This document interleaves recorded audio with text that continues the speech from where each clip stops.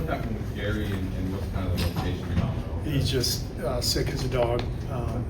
He woke up ill and didn't go to shoot around, hasn't eaten, no way he can play, so big blow. Yeah, how do you expect that to kind of trickle down rotation? Yeah, I mean, we have to mix and match. He's obviously been an important player for us in the series, so we're actually going through it right now and trying to figure out lineup combos. But it definitely opens up the door for more minutes for several different options. I'm not going to go into any detail.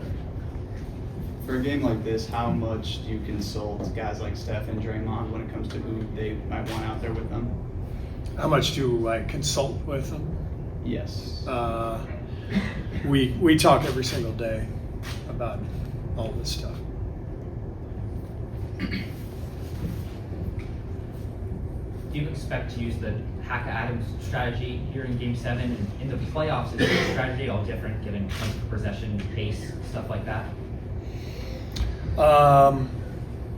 Yeah, it's just a game-by-game basis. I remember being here, when was Game 7 against the Rockets? 18? 2018. Or 17? 18.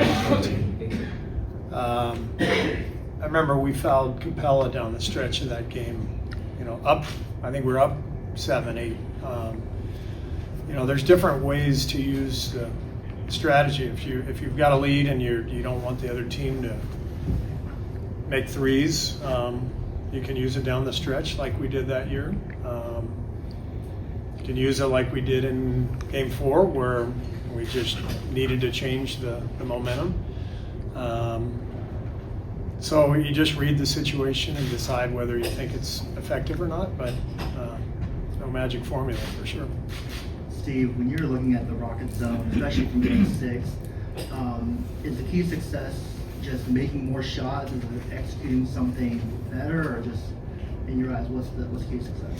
Yeah, I mean, we've obviously faced it, all series, and it's kind of a hybrid. I think Ime would tell you, they're not really sure of the rules either. It's just they kind of pieced it together. A little bit of a box and one type of philosophy. Is clearly designed to keep Steph from getting free and then forcing other people to make plays. And so we've seen plenty of stuff like this before. The key is to fill spots, fill gaps in the zone, and get the ball moving and free your teammates up for open looks.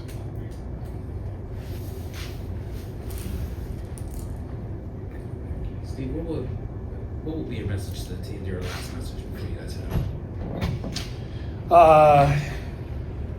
That's kind of between us. Yeah. Are you a guy that does that, like a rah-rah message? It's not Newt Rockney. Younger people have no idea what I'm talking about. No, I'm not a rah-rah guy. I'm more, let's get our minds right. Let's settle in. And I played in, I think, 3 Game 7s maybe, and I know that the key is to lose yourself in the game. And I know our guys have experience with that, and they've done a great job of that. And you can't think about anything other than the next play, and you go for it. And you in the end, this is this is what we do. This is why we play, to get to these moments, and you have to embrace the fact that you might win, you might lose.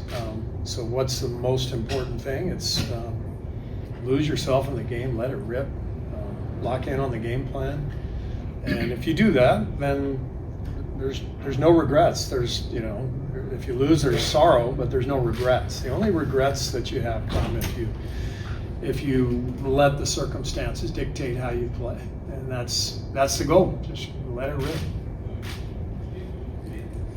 Steve, in situations like these, where the benefits of having Steph, Draymond, and Jimmy during this time when they're playing a younger team, with their experience versus a younger team, how beneficial is that for your roster at this point?